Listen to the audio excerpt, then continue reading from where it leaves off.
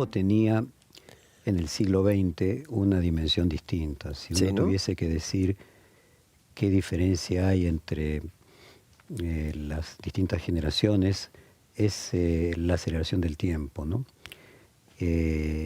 Claramente el posmodernismo significa que siempre hubo cambio, pero que el cambio es más acelerado.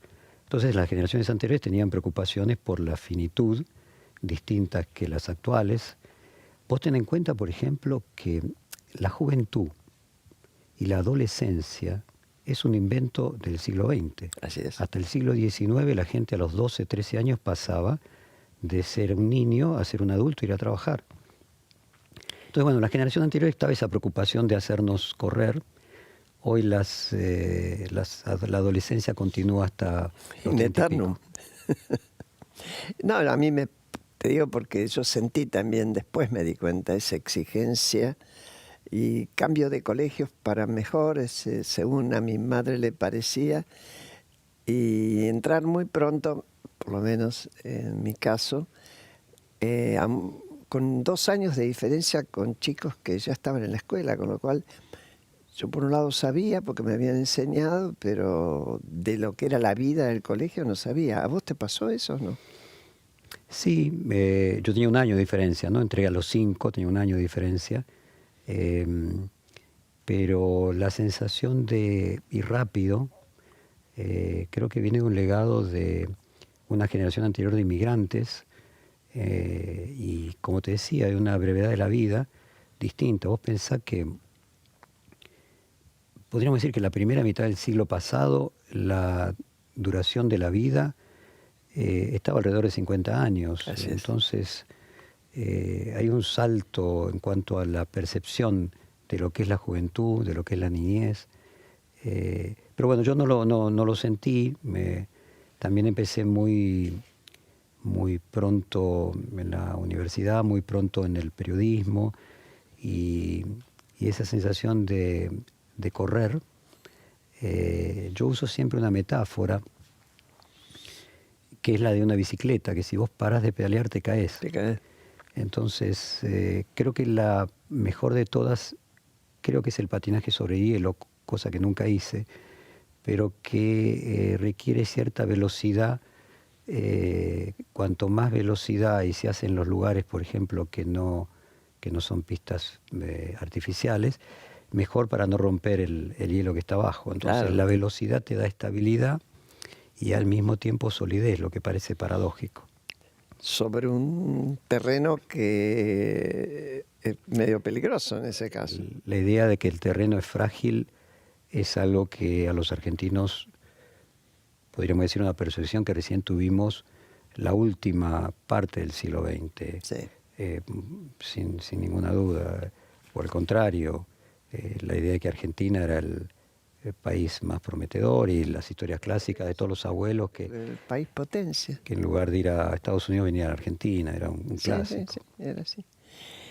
Vos estudiaste en la UBA y estudiaste, pero también en Estados Unidos, es decir, estuviste por todos lados formándote. No, estudié también Ciencias Económicas en la UADE, en Estados Unidos estudié televisión en la Universidad de Nueva York, en la UBA hice una maestría en filosofía y di materias de grado que me gustaban. En Derecho, fui a dar Derecho Romano Libre porque me encantaba el Derecho Romano.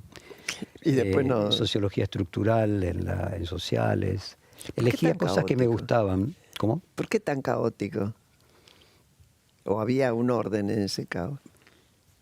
Mira, a mí me toca cumplir una tarea que requiere cierto grado de interdisciplinariedad, porque el periodismo obviamente está asociado a un hemisferio del cerebro y la administración y la matemática a otro. Entonces yo necesitaba, para llevar adelante una organización periodística, tener aptitudes de ambos lados. Entonces traté de formarme construyendo mi propio menú, si se pudiera decir así. Y yo le recomiendo a todas las personas que tienen responsabilidades de conducir, que estudien filosofía, por ejemplo, que es algo que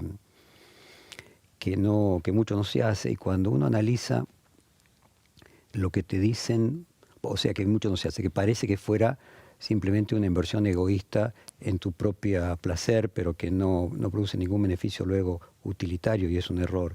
Pero vos fíjate lo que se dice hoy, que la mitad de los trabajos que van a existir dentro de 10 años, hoy no fueron inventados aún. Así es. Por tanto, ¿en qué se tendría que formar la gente? Mi recomendación es volver a como era en una época donde se enseñaban ciencias, no técnicas.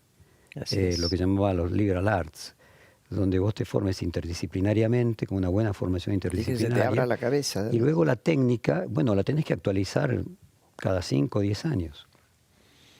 Bueno, y urgente.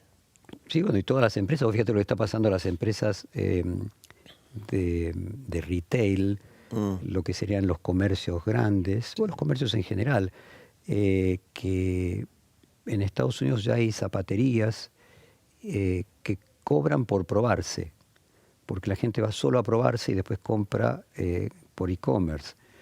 Entonces, claro que hay transformaciones continuas, que obviamente también las hubo en el siglo XX. Seguro. Y también las hubo en el siglo XIX. Mi padre, por ejemplo, era linotipista, él tenía un taller de linotipo. El linotipo fue considerada la 8ª maravilla del mundo, que fue lo que creó el periodismo moderno que nosotros conocemos, poner de 1880 a 1980.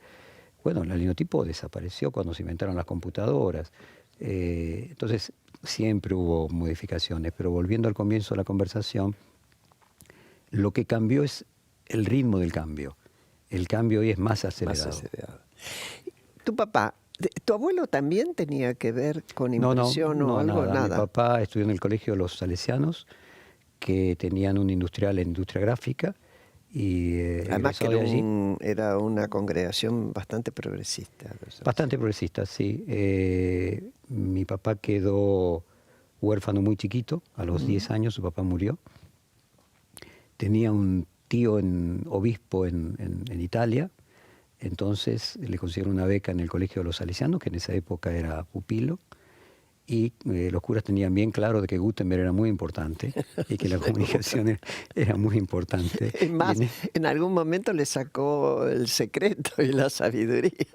Bueno, claro, en algún momento fue su amenaza entre el cardenal Beltramino y Galileo Galilei. ¿Qué te parece? ¿Y lo orientaron así? Claro, entonces él se formó era un industrial orientado a artes gráficas, entonces cuando salió de allí comenzó a trabajar linotipista, compró luego un taller de linotipo, que en su momento era razonablemente importante, y él vivió, yo recuerdo el sufrimiento que él tenía del pase de la linotipo a la computación, que fue mucho antes de la computación hogareña, o sea, computadoras hubo en los años 50 y 60, que eran computadoras gigantes, pero no eran hogareñas, pero sustituían tareas que antes eran mecánicas. Y bueno, mi padre, teniendo lo que podríamos llamar un taller gráfico, intentó lanzar una revista de sus amores, que era un club de fútbol, San Lorenzo. Entonces hizo la revista de San Lorenzo. Y otro de sus amores posteriormente, que era pescar. Entonces hizo una revista de pesca que se llamaba ¿Él iba a pescar, salía? Sí. ¿Y vos ibas con él? A veces, de muy chiquito. Y entonces, bueno, viendo ahí que existía ese mundo que a mí me parecía fascinante. ¿A vos te gustaba? Me gustaba mucho. Yo, en los talleres de linotipo, si vos tratás vamos a explicarle al televidente cómo era el proceso antes. El periodista escribía en una máquina de escribir. Sí. Y luego un linotipista tipeaba eso en plomo. Entonces había que haber correctores de primera y de segunda. Es decir, eran 2 personas que corregían. Una que leía el texto en papel que había escrito el periodista y otra que leía la prueba de impresión del texto en plomo que había leído el linotipista, para ver si coincidían y no había diferencias o no había un error en la transcripción. Normalmente el corrector de segunda lo único que hacía era leerle al corrector